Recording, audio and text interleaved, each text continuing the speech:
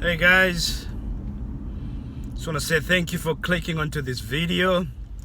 Please subscribe and share my videos, please.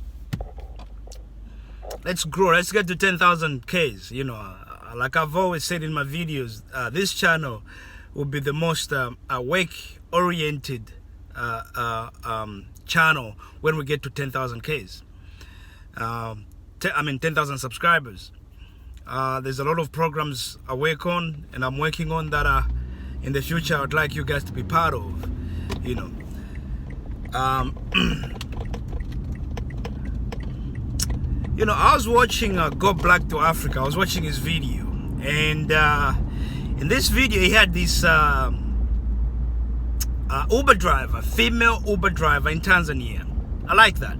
I see female Uber drivers here in Australia, and I just like that. I like that people get out there and do their job, and she's making money which she uses to send her kids to private schools, so she's working right now. She was talking to Go Black to Africa, and she said something that actually I agree with. So she's been to America twice. She's got families that live there. And from what she was saying, they're not at the level that she's at. Like taking her kids to private schools, and she's older. She's older, but she's got her own house paid off, obviously. And she's got a car paid off. She's got among other things that she mentioned, right? And she says they just don't have that. So a lot of people are shy to go back to Tanzania. It's like they can't even come with what she said, 50 million Tanzanian shillings, and the money was not even going to be enough, because to cover everything they would like to do, like build a house and do this and do all these things, right? And she's been to America. She said, yeah, I like it, but I wouldn't want to live there. And there's a part where she said that, like people are actually shy of going back to Africa because they are so behind. And I just want to say this, man. I agree with what she said. I've been in Australia for some time, and I think what I see in Australia would be quite similar to what I would see in most parts, in most Western countries. Australia is very similar to Canada. And I would think, the US would pretty much be the same, because these guys are all connected. They want to achieve the same things, and to be honest, they all think the same way. And I was looking into real estate, because, real estate is I don't disclose about, myself a lot, because I think that time will come. But real estate is a big thing. It's a big thing. Even for me, real estate is a big thing. But I look into it because, I found that, about maybe 30, 40 years ago, people could, the salary that people were getting, if you saved it all up for 2 years, you'll be able to buy a house outright, pay for it, done, right? But today, for most people, for you to just even get the cheapest house, you have to save up your entire average annual income for at least 5 years. So what has happened is that everything else has gone up in price, while people's salaries haven't. That's why I've seen some Africans who come here and they're doing like 3 jobs. But it's not just here. I was listening to an American, a white woman. I think she was in Congress, Capitol Hill, or one of the states' Congress. The whatever states. I don't know which state she was in. Oh, but she was in some Congress sort of hearing, and she was talking about how she's gotten a degree. She's done every right thing that society tells her to do. Go to school, go to university, get a degree. And yet, she still has to do 2 to 3 jobs for her be able to survive, to be able to pay off a mortgage, to be able to pay off a car, to be able to pay off all these expenses. So she's actually not living, she's just living to work. And that's the life here in the developed world that Africans don't know, the ones who are trying to cross the Mediterranean. You know, how are you gonna, it's like the story of the acres of diamonds, you know, where someone sold his house to go and look for diamonds, and the person that bought them find out the house they just bought was sitting on diamonds. It's the same thing with these Africans trying to go to cross the Mediterranean, risking their lives to go to Europe, when actually they are better off in Africa.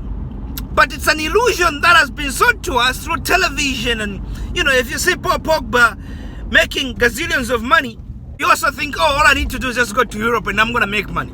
You don't know what Paul Pogba had to go through. And you don't know how many Paul Pogbas have died and are in poverty right now, and the only one Pogba has made it. You know, but millions of Pogbas out there. You know, because of this illusion. But then I ask myself, why are Africans in the diaspora, why are most of them broke?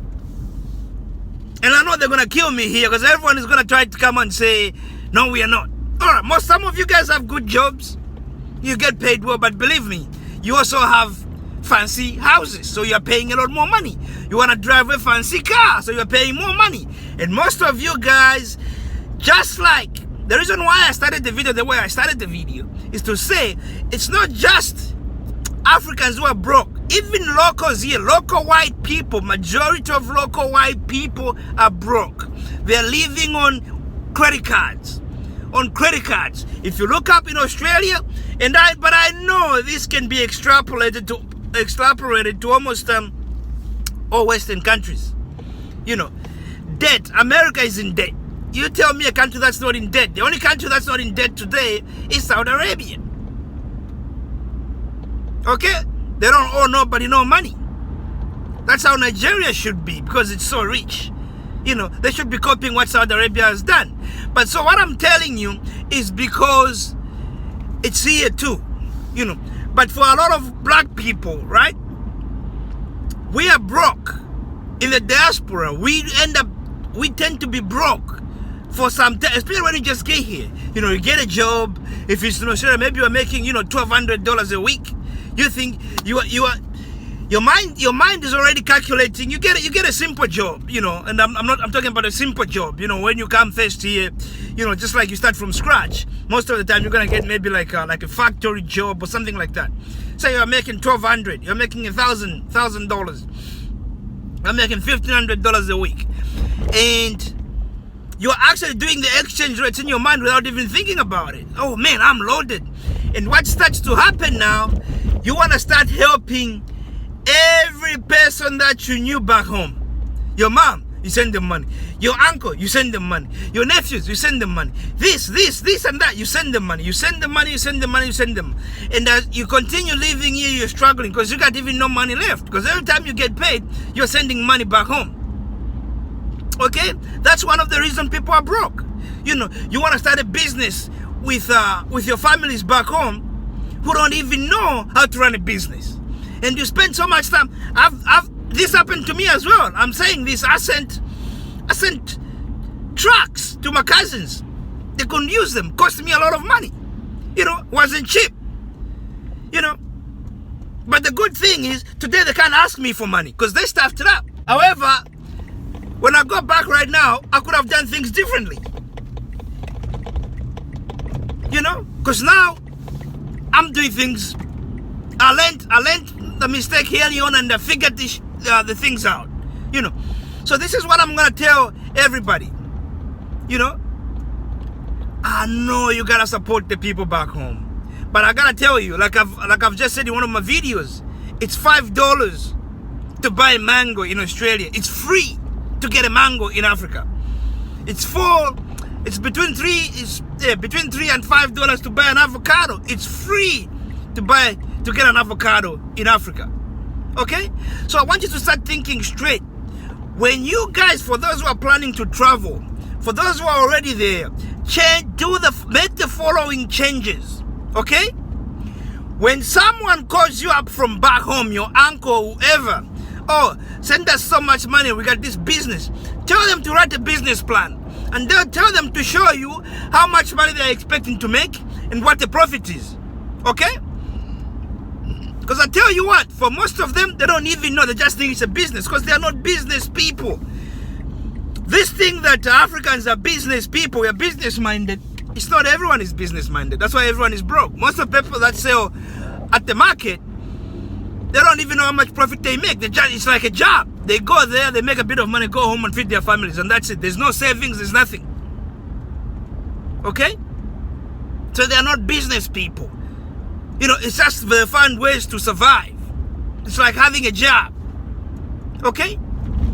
So, this is what I'm going to ask you guys in the diaspora and those people trying to move. When you move, if you're in the diaspora already, stop sending money to your relatives in Africa.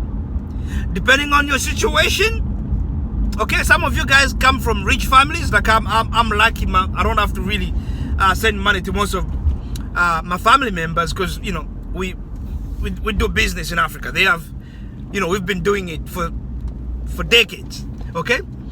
But for different situations, some of you guys, you become the breadwinner. All right. So this is what I'm going to tell you. Send a salary to your mom. Okay? If it's your mom, you're going to need to support. Let's say, you know, she already has a house. All that's done. Send them. And this depending on your family members. You can't trust it. Maybe if you got a sister or whatever. But whoever, put them on a salary. At least they have money to live off. In some situations, actually, just buy them stuff. Buy them whatever is the staple food is, the cooking oil and all those things. Because for a lot of our people, the money just goes to waste. The money goes to waste. You are killing yourself. You're doing 3 jobs. You know, I know there's people who are doing this stuff. You're doing 3 jobs just to get some money. And at the end of the day, you send them the money because they don't know what you went through. Because they think when we are out here, money grows on trees. And we're just plucking it and sending it to them. You know, they just waste it. Okay? This is what I'm going to encourage. This is what I'm going to tell you to do. Put your mom, if it's your mom especially, you got to support your mom. Put your mom on a salary. Mom, I'm going to send you, let's say $150 a month or $200 a month, depending on the value, the exchange rate. And you know how much it costs to live off in Africa. You know, depending on which country you come from. Let's say I'm going to send you $200 every month.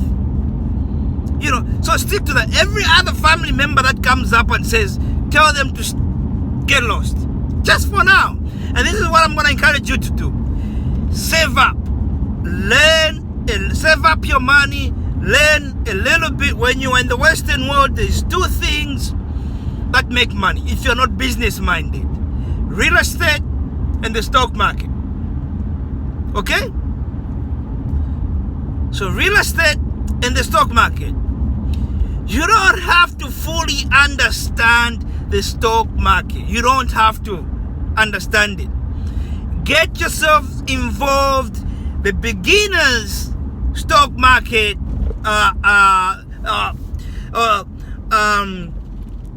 buying stock for dummies, pretty much. Start with ETFs and index funds. If you don't know what these things are, do your research. ETFs and index funds. Okay? If you haven't saved up enough money to buy a house, look into your superannuation, which means in America they call it the 401k. The 401k or the 401k or something like that. You know, but your super.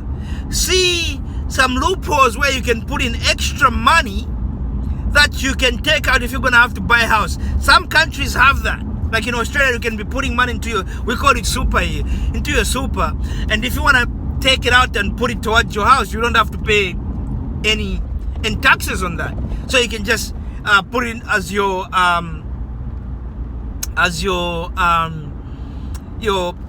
deposit for your mortgage. But again, if you're a first home buyer in most parts of Africa, you don't even need to have a deposit. You can just have a little bit of money and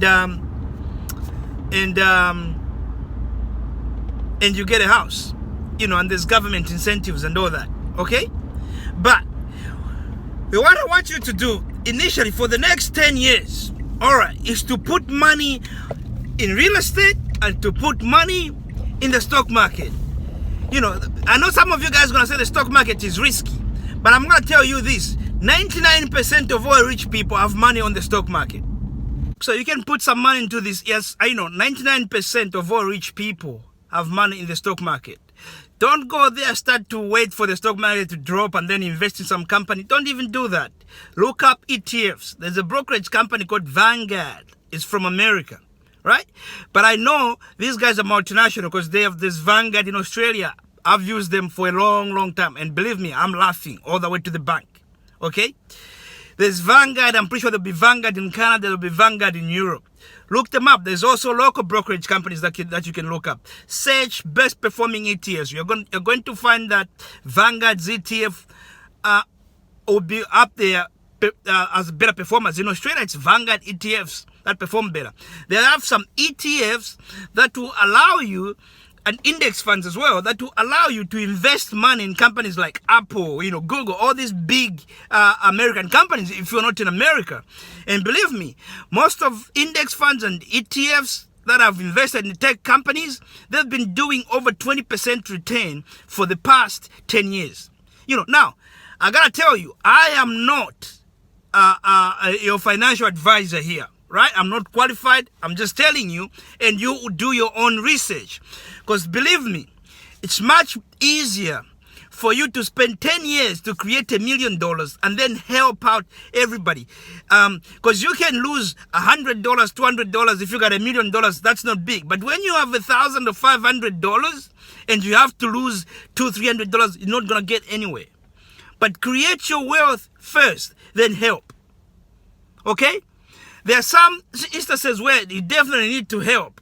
Like if it's your mom, if it's your, maybe, some Africans, we have extended families. Maybe your brother died and you're trying to help out your nephews and your nieces pay tuition fees. Hey, do that. But don't straight away get them into private schools if they're young. Do whatever you can, first of all, for you to financially be in a better position. I tell you what, life is much better when you have $1 million than when you don't. Okay? When you have $1 million, you won't even gonna feel when you lose $500. You're not gonna feel it. Okay? And the quickest way to get there, believe me, there's only 3 ways to make money in this world. Have a business, real estate, and the stock market. And one thing that most Africans don't know, and I didn't know this until I came here, because we are not taught about the stock market. But believe me, even most people in the Western countries don't know about the stock market. That's why 1% of the people have more wealth than 99% of the people. This is true. Universities, doesn't matter how nice it is, they don't teach you financial literacy. YouTube actually teaches you financial literacy. And for all black people, listen to my man, Dame Dash. Yeah, Dame Dash from Rockefeller. Jay-Z, the guy used to be Jay-Z's boss. That guy has changed my life. I'm telling you. Listen to him. His delivery is harsh, but listen to him. There's one interview he did with the Breakfast Club. I would like you guys to watch him. And for black people also, those in America, listen to the Wall Street Trapper. Wall Street Trapper. I was surprised when I heard this guy's story. I'm like, man, this is awesome. Because he was talking about things that I also do. Okay? And also you got Boyce Watkins. We have to learn financial literacy. It is very, very important. It's actually not hard to make money, especially in today's world. Because the world has changed. Everything they used to tell you were liabilities, in today's technological world, they can become assets. So look into these things I'm telling you. ETFs, exchange traded funds, and index funds. You don't need to know anything about the real estate. Just look at their past performance. Look at the companies that are in there. If you like the companies that are in there, go for it. Go for it. And you can say you don't have to even have a lot of money. I think Vanguard in Australia is only $500. You start. Save up $500. Start putting your money in there. You know, and also you're gonna find, if you are in Australia, those listening who are in Australia, there's Raise, I think it's even in America, and then now there's Spaceship as well. These are just apps. They got a bit of app. Spaceship is actually quite good, because until your money get up to $5,000, you don't pay anything. You know, so these are the things I want you to look at. And of course, if you really want to risk some of your money that you have, cryptocurrency. Remember, I'm not your financial advisor. I'm only telling you to help you out, so we can start creating wealth. So when we go back to Africa, we can actually have an impact with things that we do. If we create wealth, we can go and set up $3 million plants that can be processing mangoes, and we're selling mango juice all over the world. You know. But if we just go abroad and waste money by sending it back to our relatives who don't even know, who are sitting and doing nothing, and just they don't know what we're going through, we're not gonna go nowhere. So please, look into the things I've spoken about here. Let's stop this poverty and start creating wealth. Remember what I'm saying. I'm not saying start making money or start getting rich. I'm talking about creating wealth. You know, this channel, in the future, we're going to have an episode where we're going to just be talking about these things. You know, but I just thought I'd bring this up real quick and not so much detail, but you go and research. Thank you, guys. Thank you for watching my videos. And thank you for subscribing. And please share and press that like button. Thank you. Goodbye.